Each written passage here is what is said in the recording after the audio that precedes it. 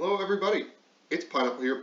So today I wanted to do something very different than what we usually do, and that is just explore the history behind some of Yu-Gi-Oh's banned cards, and give my extremely biased opinions on whether they can or can't come back, both short term and long term. I'm hoping to make this sort of a weekly series where each week we explore a main deck monster, an extra deck monster, a spell, and one trap each week. Eventually, of course, we will run out of traps and spells because they are some of the least banned cards. But that's a problem for future me to deal with. So for now, let's just dive into some of Konami's biggest mistakes.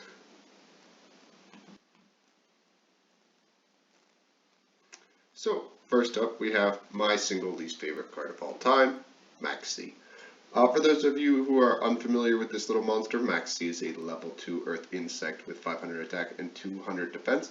It was initially released on February 8, 2011 in the core booster set Storm of Ragnarok. While its stats are unimpressive, its text is anything but. It reads as follows: during either player's turn, you can send this card from your hand to the graveyard. This turn, each time your opponent special summons a monster, immediately draw one card. You can only use Maxi once per turn. Ironically, while this card was not initially powerful, the prevalence of special summons quickly rose to be a core piece of Yu-Gi-Oh's identity, and with the prevalence of special summons, so rose the presence of Maxi. The idea behind the card, of course, was that players who wished to special summon would have to choose between giving their opponent about 1,000 cards or simply passing their turn. And while on release, getting Maxi'd was not a death sentence, as the turn player could simply pass and their opponent would most likely not be able to end the game, the game has since then evolved to a point where ending on nothing means you're going to get OTK'd, which essentially removes the choice in Maxi from playing into it or simply passing. And this is something that Konami would eventually take notice of. So, its history with the ban list.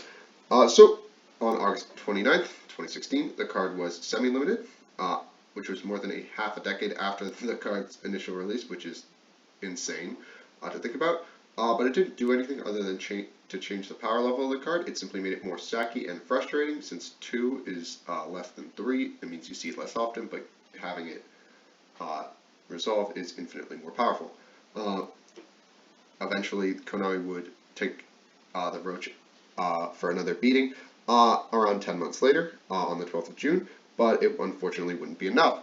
And finally, on February 5th, 2018, the Roach was taken out behind the shed and put on the forbidden section of the ban list, meaning you can't play it at all. So, thank God they did that, because I hate this card. But, moving on to, can it return? No, absolutely not. I don't think there's anything less enjoyable in this game than playing the Maxi minigame with your opponent. Seeing if they have Maxi or you have a counter is one of the most frustrating aspects of Master Duel, and is partially why I don't play a ton of Master Duel. I frankly hope this card never returns. It's not fun to play with or against. It's such a frustrating card that warps the meta in a way that is just unfun. There's nothing enjoyable about this card.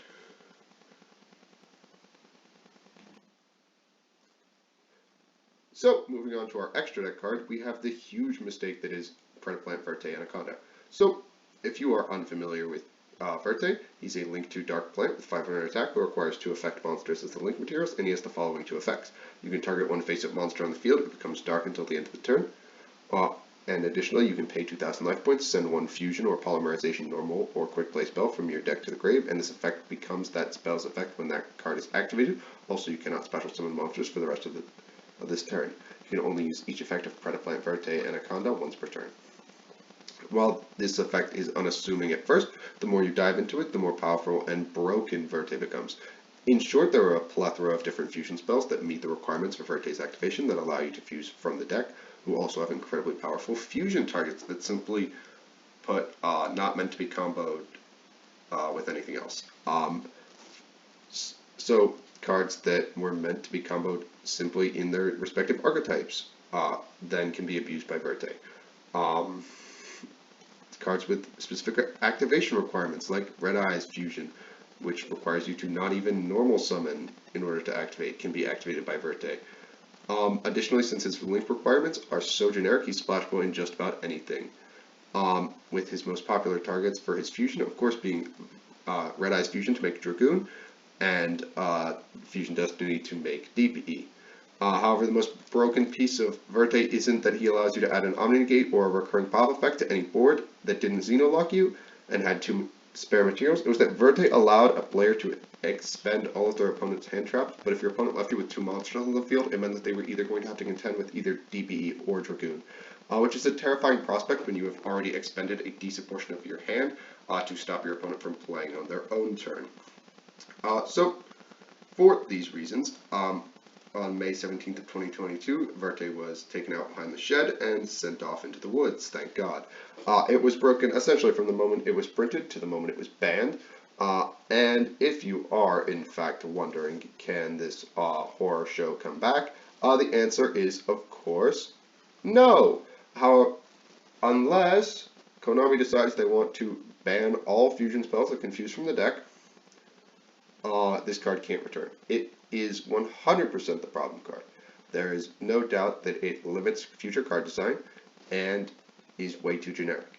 Predaplan Verte Anaconda being banned is one of the healthiest things they have done for the game in a long time, and I'm very glad to see it go, and it should never come back.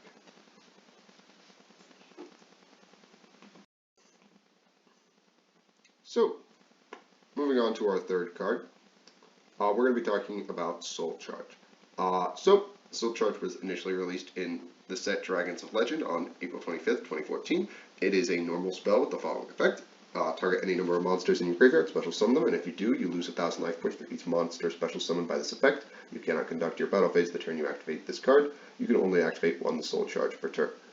I hope I don't have to explain why this card is ridiculously and insanely broken, just as a combo piece, as a grind game piece, and just an all-around broken card. It's important to remember that the only life point that matters is your last one, so the cost associated is essentially irrelevant. Monster Reborn is still limited to this day, and it only brings back 1 monster, and I just want you to conceptually imagine what you can do bringing back upwards of 5 monsters, especially in the Link era.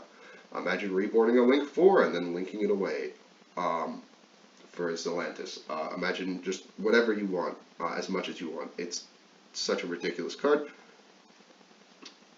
And subsequently, even Konami recognized its power level, as it was very, very quickly put to 1 on October 1st, 2014, which was about 6 months after its release, where it would remain for another about 4 years until January 28th, 2019, where the ban list would finally put an end to this card and the war crimes that it committed. I can't believe this card was legal for 5 years. That's such a ridiculous amount of time for Soul Charge to be legal.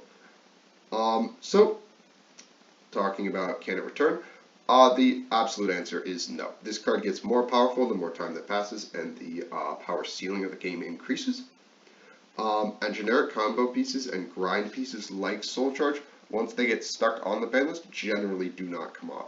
It enables way too many unintended interactions and can swing games incredibly quickly to one side. It should not return. It doesn't matter if you think that it's a funny card, it shouldn't come back. It's not fun to play against, especially as a Saki one-off.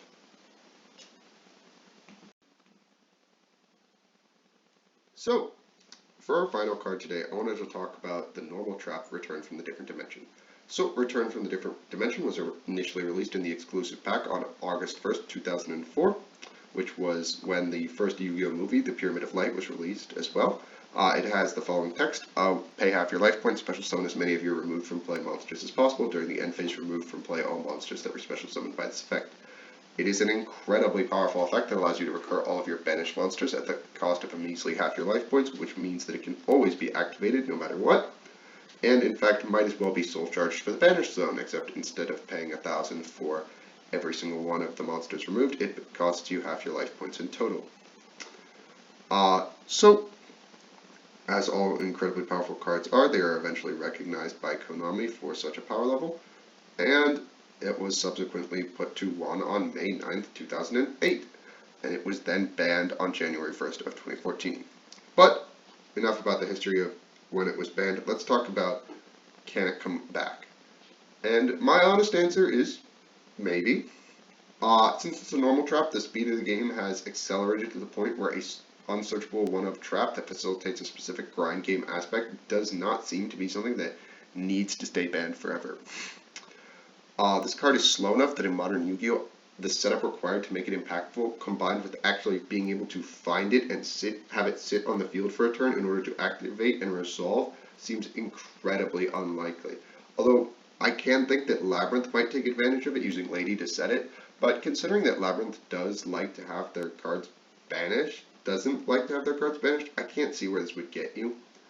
I guess like Grind Module, but like how are you setting it? I guess if it was at 2, you could Trap Trick for it, but I genuinely don't see how or when it would consistently be able to resolve and be worth a deck slot. It's certainly powerful, it's definitely a good card, but I just cannot see how it is able to exist and be a consistently applicable card, which is the most important thing, is consistency. So I do think that this card probably could come to 1. I'm not sure you could put it to more than 1, but it's definitely a possible card simply because it's a normal trap. Well, guys, that's all I have for you today. If you enjoyed, make sure to like and subscribe. Of course, I'm going to be trying to do more of these, so I hope you enjoyed, and I will see you guys in the next one.